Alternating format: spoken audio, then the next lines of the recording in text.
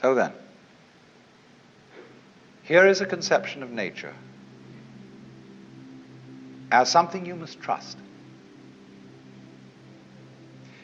Outside nature, the birds, the bees, the flowers, the mountains, the clouds, and inside nature, human nature.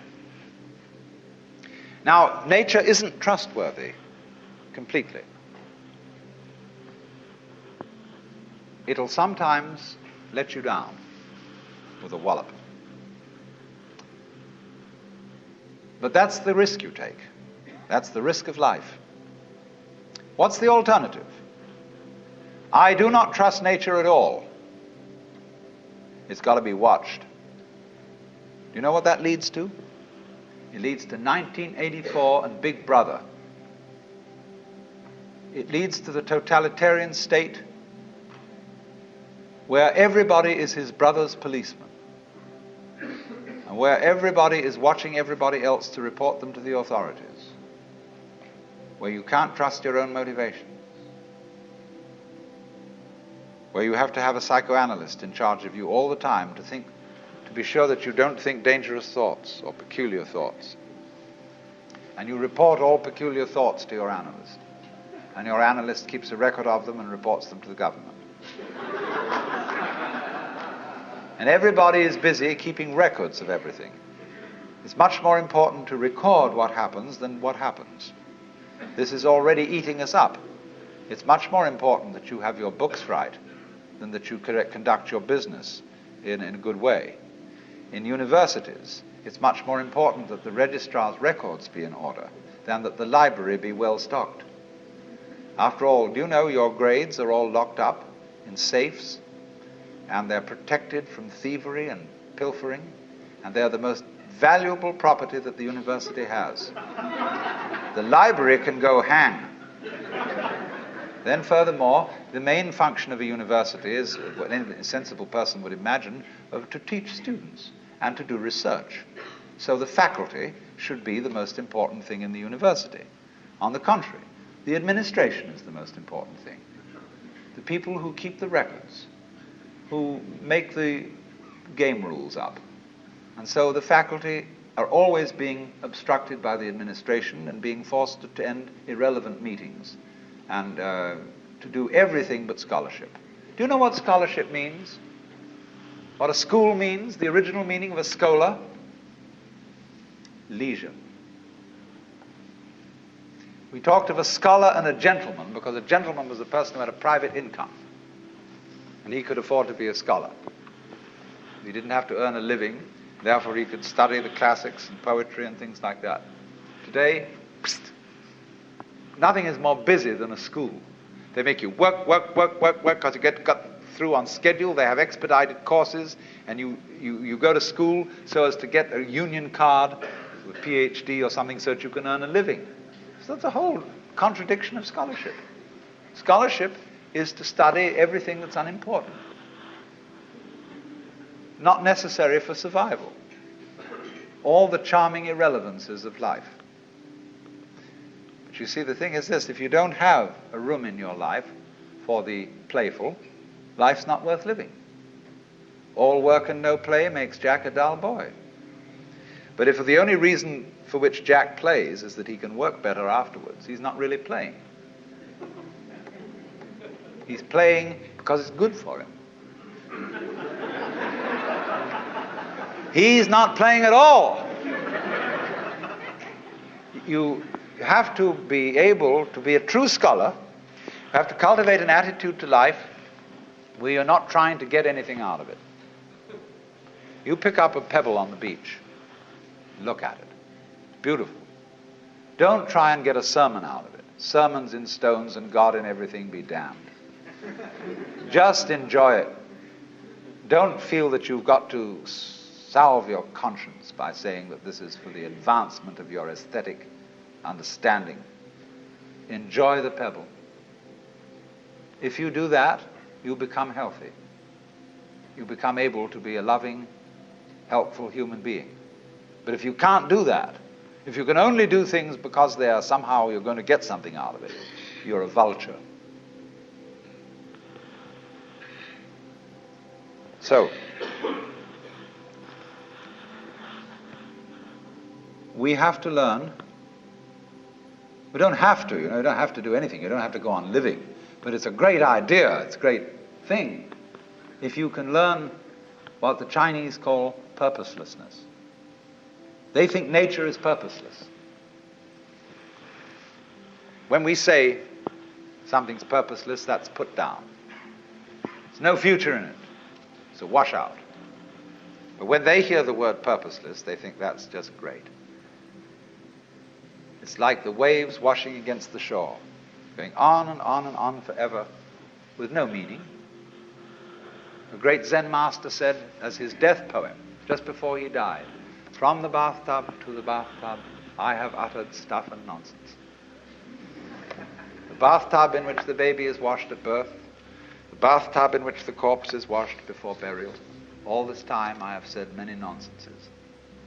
Like the birds in the trees go, twee, twee, twee, twee, twee. What's it all about? Everybody tries to say, it's a mating call. It's purposeful. Trying to get their mate, attract them with a song. That's why they have colors. Butterflies have eyes on them. Self-protection. Engineering view of the universe. Why do that? They say, well, it's because they need to survive. Well, why survive? What's that for? Well, to survive. See, human beings are really a lot of tubes. And all living creatures are just tubes. And these tubes have to put things in at one end and let it out at the other.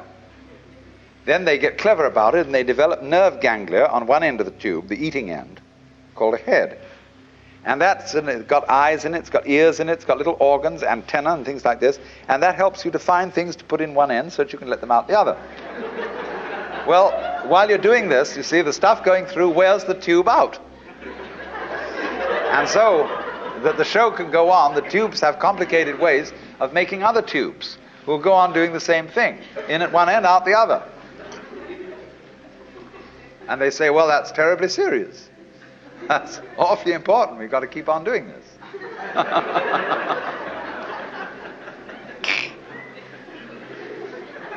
But when Chinese say nature is purposeless, this is a compliment. It's like the idea of the Japanese have a word, yugen. And they describe yugen as watching wild geese fly and be hidden in the clouds. As watching a ship vanish behind a distant island. As wandering on and on in a great forest with no thought of return. Haven't you done this? Haven't you gone on a walk with no particular purpose in mind? Carry a stick with you and you occasionally hit at old stumps and wander along and sometimes twiddle your thumbs. It's at that moment that you are a perfectly rational human being. You've learned purposelessness. All music is purposeless. Is music getting somewhere? If it were, if the aim of music of a symphony were to get to the final bar, the best conductor would be the one who got there fastest. See, dancing, when you dance, do you aim to arrive at a particular place on the floor? Is that the idea of dancing? No. The aim of dancing is to dance, is the present. Well, it's exactly the same with our life. We think life has a purpose. I remember the preachers used to say, when I was a small boy, I'd always hear it. We must follow God's purpose. His purpose for you and his purpose for me. When I asked these cats what the purpose was, they never knew. They didn't know what it was. They had a hymn. God is working his purpose out as year succeeds to year. God is working his purpose out and the time is drawing near.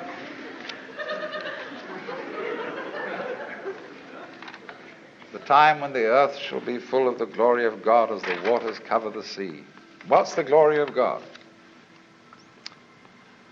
Well, they weren't quite sure.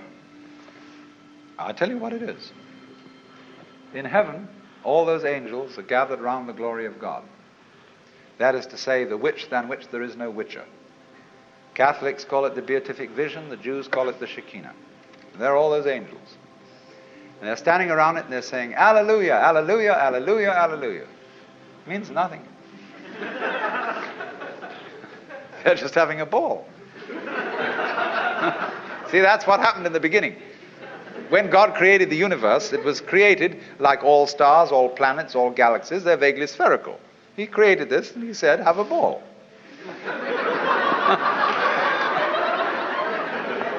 But before he said that, he said, you must draw the line somewhere. That was the real thing he said first. Before let there be light. That came later. First thing was, you must draw the line somewhere. Otherwise, nothing will happen. You know, you've got to have the good guys, the bad guys. You've got to have this, you've got to have that. The black and white, light and darkness. Must draw the line somewhere. Now, here's the choice then. Are you going to trust it or not? If you do trust it, you may get let down. And this it is yourself, your own nature, and all nature around you. There are going to be mistakes. But if you don't trust it at all, you're going to strangle yourself. You're going to fence yourself round with rules and regulations and laws and prescriptions and policemen and guards, and who's going to guard the guards, and who's going to look after Big Brother to be sure that he doesn't do something stupid. No go. Supposing I get annoyed with somebody in the audience, and I'm going to throw this ashtray at them. But I don't want to hit my friend sitting next to that person. I want to be absolutely sure this ashtray hits that individual. And so I don't trust myself to throw it. I have to carry it along and be sure I hit that person on the head. See, I don't throw it because I can't let go of it. To throw it, I must let go of it. To live, I must have faith. I must trust myself to the totally unknown. I must trust myself to a nature which doesn't have a boss, because a boss is a system of mistrust. That is why Lao Tzu's Tao loves and nourishes all things, but does not lord it over them.